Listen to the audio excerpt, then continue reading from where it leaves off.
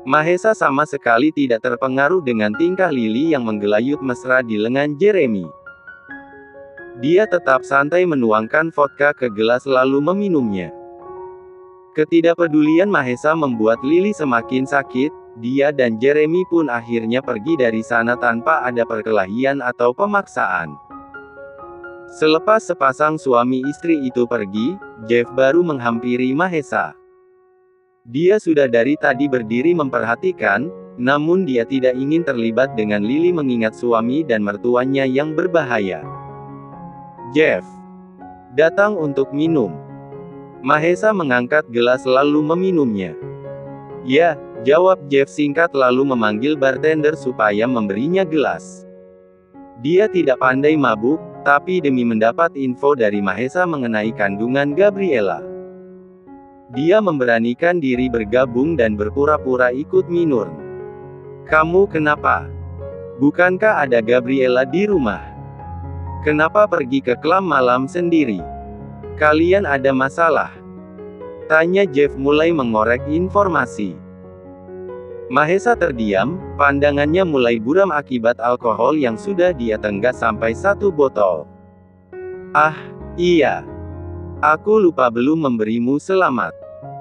Semoga bayimu di dalam kandungan Gabriela selalu sehat. Begitupun ibu si bayi. Mahesa tersenyum kecut mendengar doa yang Jeff lontarkan. Dia bukan bayiku, jawabnya setengah sadar dengan mata sayu syarat akan kepedihan. Bagaimana bisa? Aku yakin Gabriela wanita baik-baik.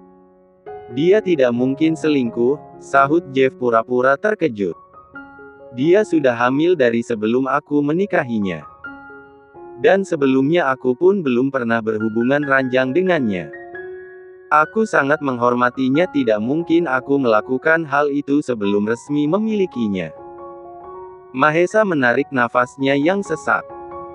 Bahkan tanpa sadar dia mengeluarkan air mata. Dia menatap nanar gelas di tangannya yang sudah dia isi penuh lagi. Aku hanya berharap vodka ini bisa menyadarkanku kalau apa yang terjadi hanyalah mimpi. Aku sangat mencintainya, Jeff. Tapi dia telah berbohong. Lalu aku harus bagaimana? Netra Mahesa berpindah pada Jeff.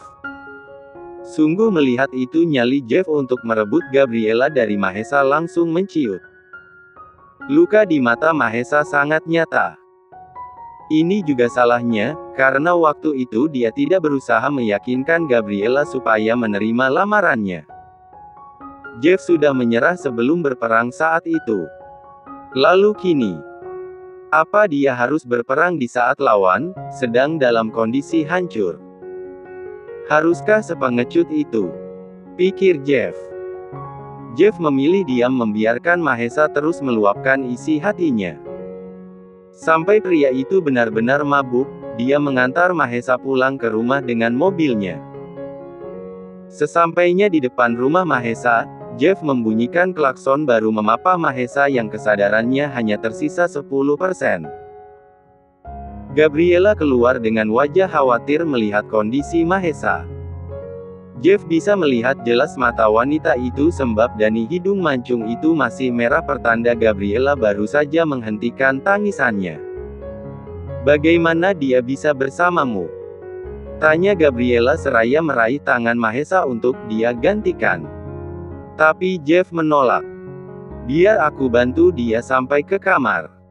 Tunjukkan saja di mana kamarnya, ucap Jeff mempertahankan lengan Mahesa di bahunya. Gabriela menurut.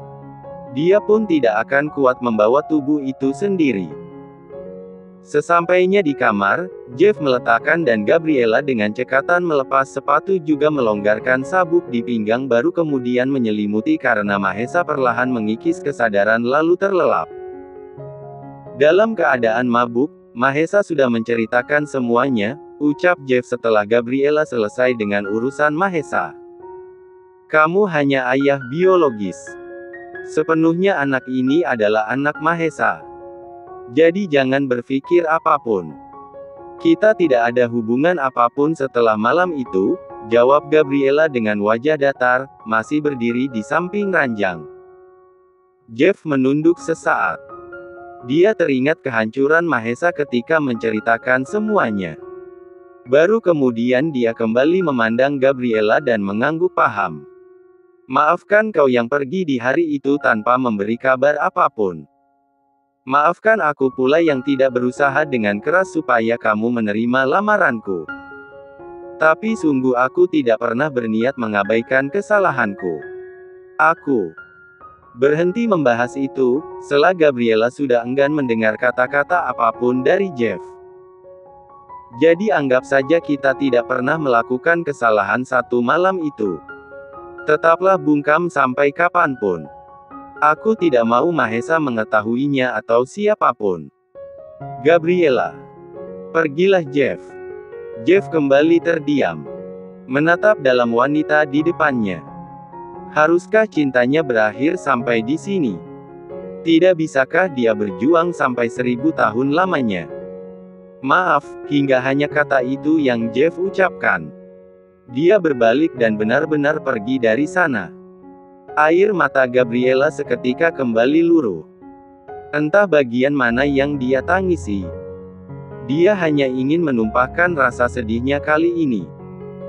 Tapi melihat dia masih menggunakan baju yang belum ganti dari siang, dia memutuskan masuk ke kamar mandi. Dia ingin tidur dalam keadaan bersih dan menemani di sisi Mahesa. Selepas pintu kamar mandi ditutup, Mahesa membuka matanya. Kedua tangannya meremas selimut yang tadi Gabriela tata untuk dirinya. Mahesa sudah ahli urusan minuman keras, dia tidak sepenuhnya mabuk. Hanya lemah dan pusing. Dia juga malas berbicara dengan Gabriela jadi memilih memejamkan mata untuk mengakhiri perkara hari ini. Tanpa dia sangka, Jeff dan Gabriela membicarakan perihal anak di ruangan ini. Kamu berbohong lagi, Gabi, bisiknya dengan luka yang semakin dalam, kamu tidak lupa siapa ayah bayi itu. Di kediaman Jeremy Rudolph. Dia tengah merasa terbang ke angkasa. Sikap Lily berubah 100%. Bahkan sang istri melayaninya tanpa perlu diminta dan dipaksa. Aku mencintaimu, Lily. Jeremy mengecup kening Lily yang berpeluh. Namun ekspresi Lily berubah drastis. Wanita itu justru menangis sambil tersenyum pilu. Hal itu membuat Jeremy bingung. Kamu kenapa? Tanya Jeremy. Maaf, aku tidak akan pernah bisa menerima cintamu. Kuharap kamu bisa menemukan wanita selain aku. Aku sungguh tidak tahan dengan semua ini, jawab Lily dengan air mata semakin menderas. Kamu tahu selama ini aku di mana? Aku pulang menemui ayah. Tapi dia justru mengusirku. Dia mengatakan sudah menjualku padamu. Tapi tidakkah dia bisa aku jadikan sandaran sejenak? Aku hanya ingin tenang walau sesaat. Tapi ayah justru memukuliku dan mengurungku supaya aku tersadar dan kembali padamu. Lily menarik nafasnya untuk menjeda. Aku hidup di dunia ini untuk apa dan untuk siapa?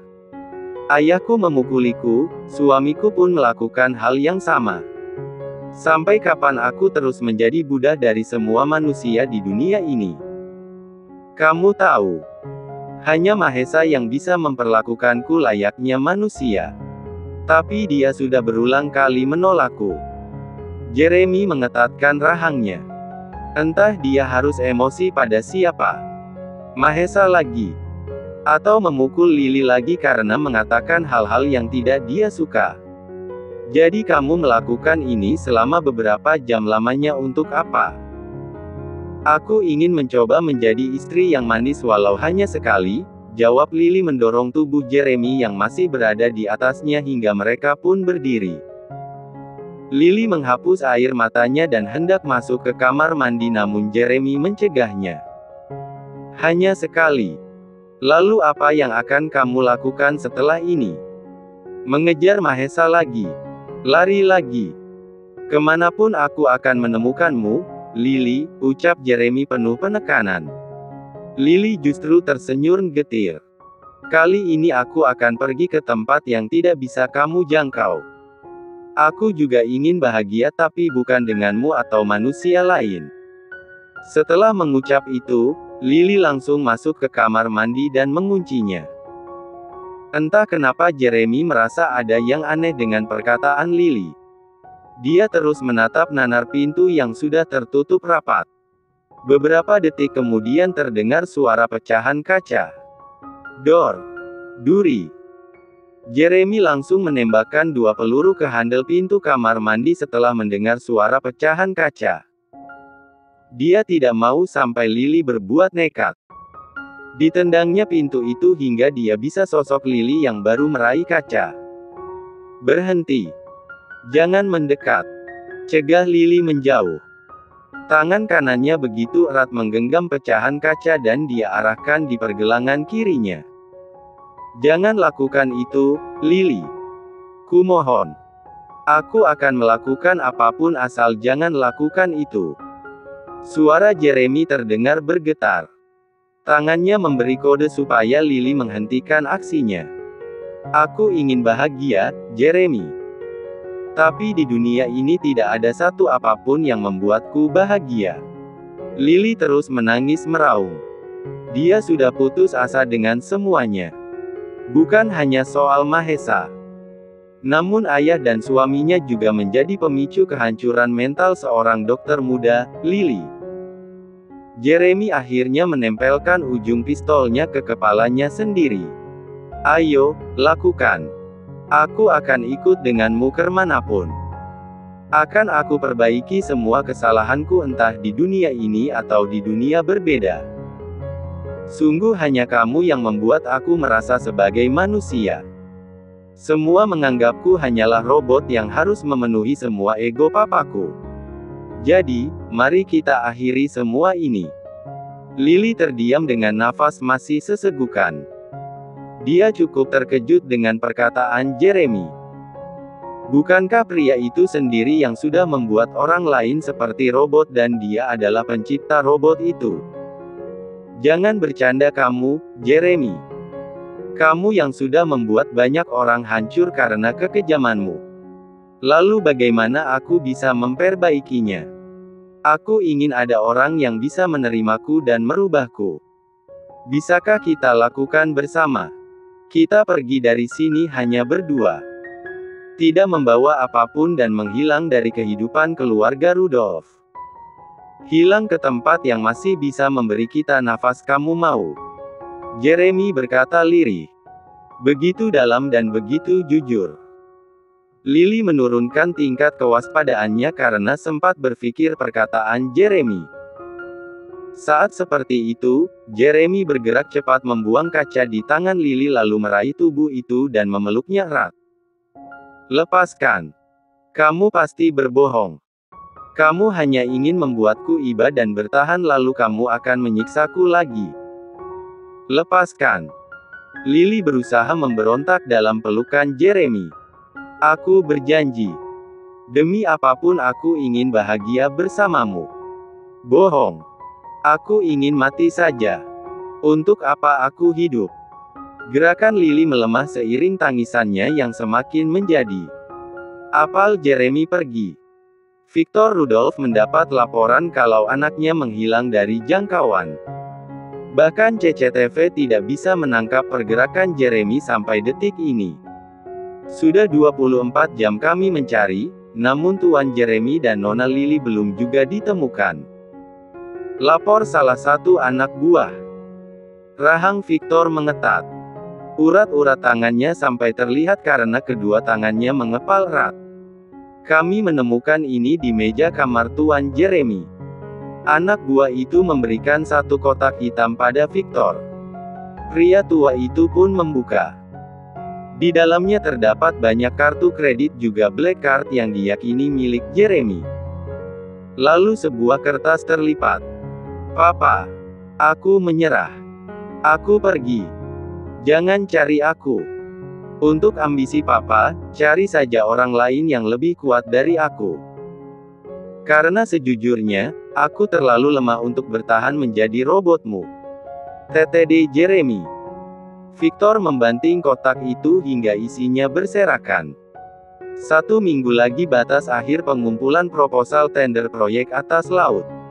Tapi dia justru menghilang. Ini tidak boleh terjadi. Keenan tidak boleh memenangkan tender ini.